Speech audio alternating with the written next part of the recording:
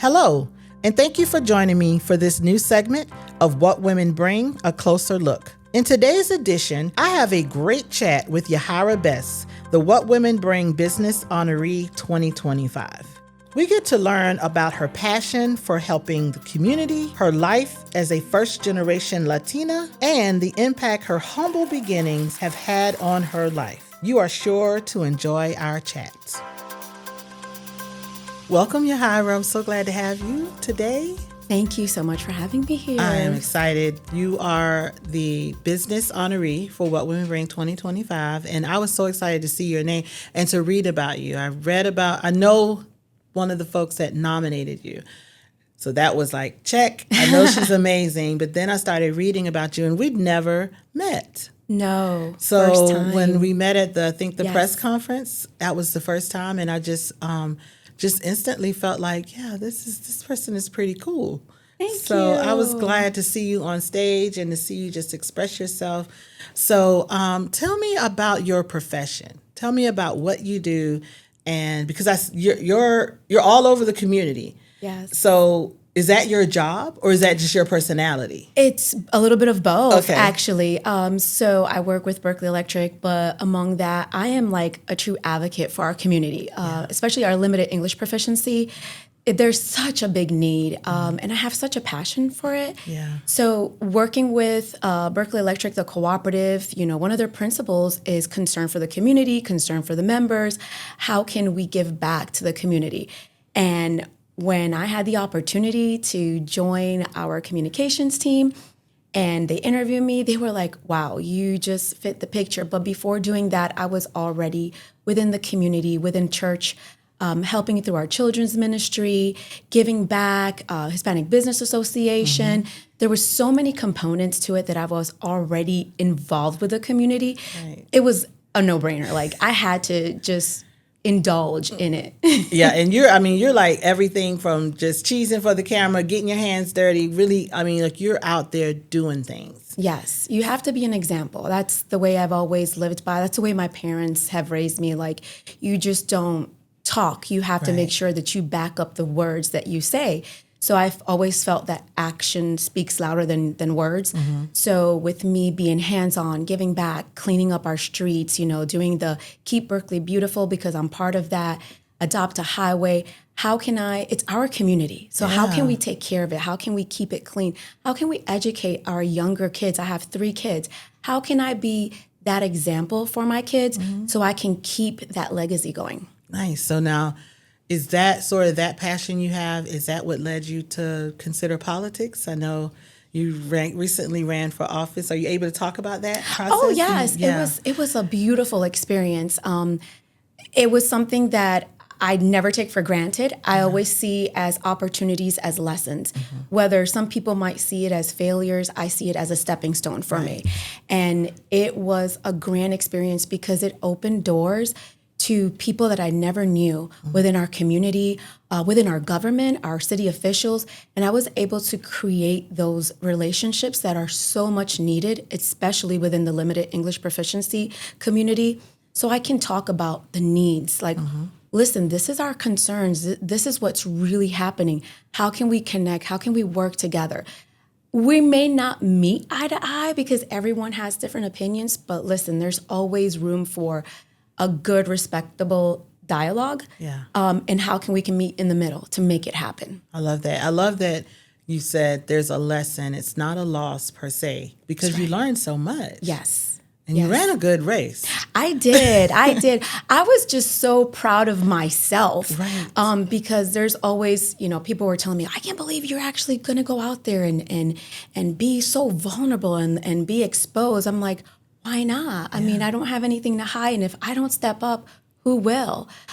I just feel like if I don't do it, I feel like no one is going to do it. And you have to be that example. You have to be, hey, if Miss Bess can do it, then I know, especially for the younger generation, I want them to see that. I want them to know that they are heard, they are valued, and they can do it. Mm-hmm. Absolutely. So it's like, if not now, when? Yes. If not who? If not me, then who? Exactly. So we have to think about that we can be an example and we can bring people together Yes. and show people that we have to be accountable, not just for ourselves. Exactly. We are our brother's keeper. Exactly. And especially now with our younger generation, I feel like there's so much that they can learn, that they need to learn.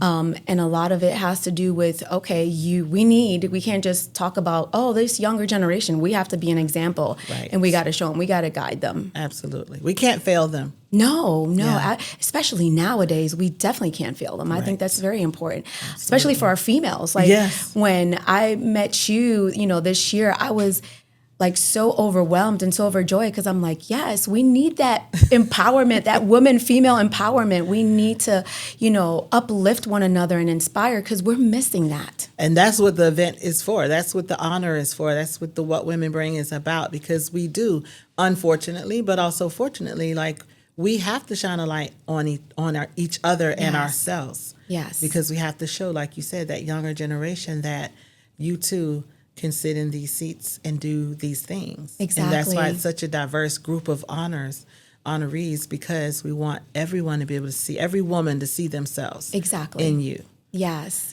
So what's it like being in your career? Do you see many people that look like you? Yes and no. It depends on which area. Yeah, I was going to say, because you are in Berkeley County.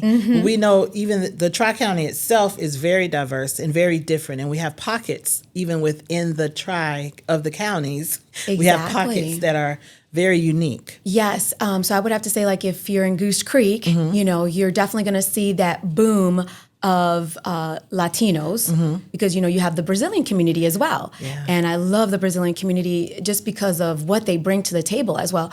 But if you go to different cities and towns, counties, you'll see that there is a beautiful, diverse, but yeah, I get to meet and speak with all of them. And I think that's the beauty. You have to be open-minded. You have to have an open heart to learn from other people and learn their culture, to really, truly value, what they bring to the table, and especially what they bring to our community. Yeah, nice. So you identified yourself on stage as first generation Latina. Yes. So tell me about how your identity, how do you see that play out in you as a leader and as a community involved member? How has that shaped you? Wow. It really has transformed me. I can go back to like my mom and my dad, struggling, working, my dad at a factory job, my mom working as a housekeeping, just to make sure there was food on the table.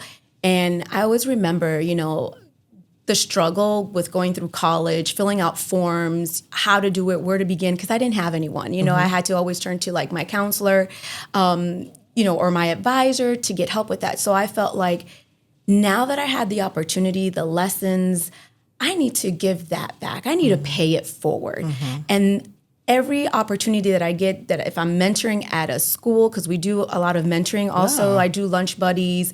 I try to do mock interviews at different high schools, because I think that's important. It is. And if I can come across, juniors and seniors and speak to them in regards to like, okay, what does your resume look like? And how are you going to present yourself in an interview?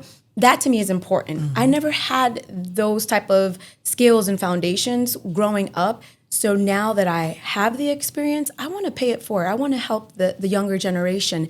And with being a first Latina, it is so important because sometimes our young girls think, maybe this is not for me. Maybe college is not for me. You won't know until you try. And you have to have some type of person that will lead you and will say, hey, remember, we have to do this. This is the next step that you have to do. Because they might not get that support in their house. And I'm not saying that it's because the parents don't want to support them. I'm saying they might not know. Right. So touching on that, talk about your childhood and sort of what lessons or experiences from your childhood still that resonate with you still today. Wow. I would say there's so many. Determination, that was one of them. In life, nothing is given to you. You have to work for it. That's been one of the things I have learned that my parents have instilled in me, is that you have to work hard. You might have to work extra hard for being a Latina and a female.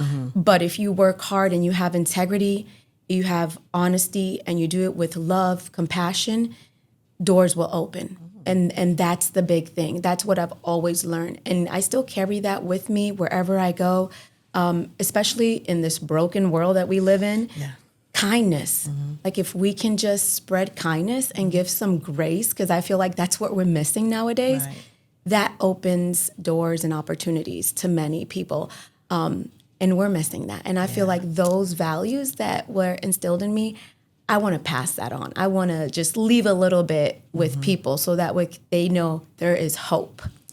One of my favorite songwriters, Stevie Wonder, has a song that with the world's in need of love today. And that song was written a long time ago, and today is still today. Yes.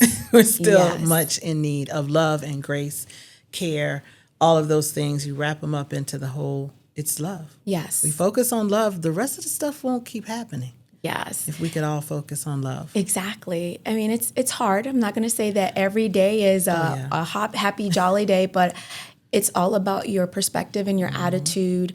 You control, your attitude. You control your emotions. Everything else that's around you, you can't control that. Right, right. So now you have your own family. Yes. Tell me about your family. Oh my goodness, they're my pride and joy. They are like a piece of my heart walking around pretty much. Yeah. My oldest is 16. Our youngest, because we have two girls and a boy, our youngest is 9 and he's in elementary school. And let me tell you something, they are phenomenal, each and every one of them. And I don't say that just because they're my children.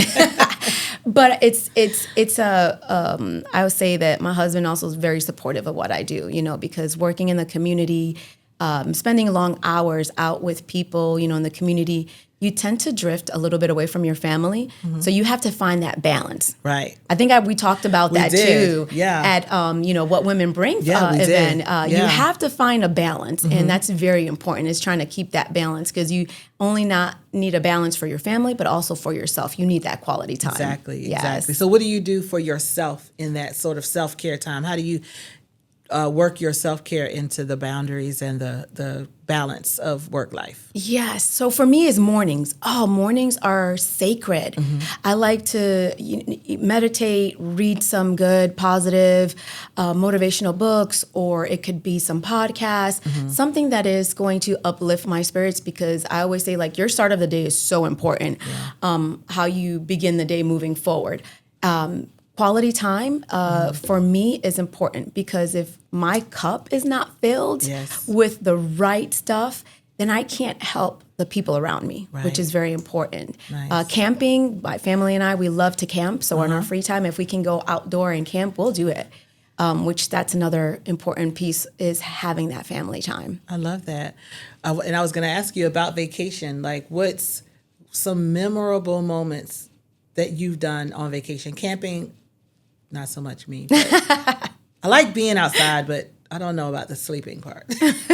You can always, what they call it, like glam camp, that type of thing. But then I feel like I'm cheating. So if I'm going to do it, I'm going to have to just do the whole thing. Yes, yeah. So for us has been, I think for the whole entire family, was when we did our Disney cruise. My husband's never done a cruise in his life. He's never been on a boat. So he was very skeptical, like, I don't know if I'm going to be able to do this. And I was like, let's just try it and see. That was the best vacation ever. I always tell everyone, like, it was a big bang for your buck, because it was absolutely amazing. And the memories that you create with your family. My kids still talk about it today. When we're going to go back, Mom? We want to go back. And I'm like, yes, we definitely have to plan on it. Save, most importantly. Save, yes, it is, because it is one of the more expensive ones. But it is the memories. And it's like, it's very, I think Disney, people who haven't been, don't understand. It's very family friendly, but it's also very adult. It is. And children. Like, the kids can do their thing. But so can the adults. Can do their thing. Yes. Yeah, and then we can come together in the middle. Exactly. I love that. Yeah, my kids love. I think if your husband had never, now he's spoiled though. Oh, he is. Because Disney will spoil you. Oh my goodness, they treat you like royalty. Yes. I was like, wow. I was like, oh. He was like, you want to go to do another cruise? I'm like, it probably has to be Disney or something better than that, because you're probably going to be spoiled. Yes, and your youngest is how old? 9? 9, soon to be 10. Yes. Yeah, so it's probably going to have to be Disney until he's about 16. Probably, yes, probably so. Yeah. Probably so. Yes. What is your, so this is just a fun question. What's a guilty pleasure that you have that most people would not know about? Interesting. Oh, God. You got me there on that one.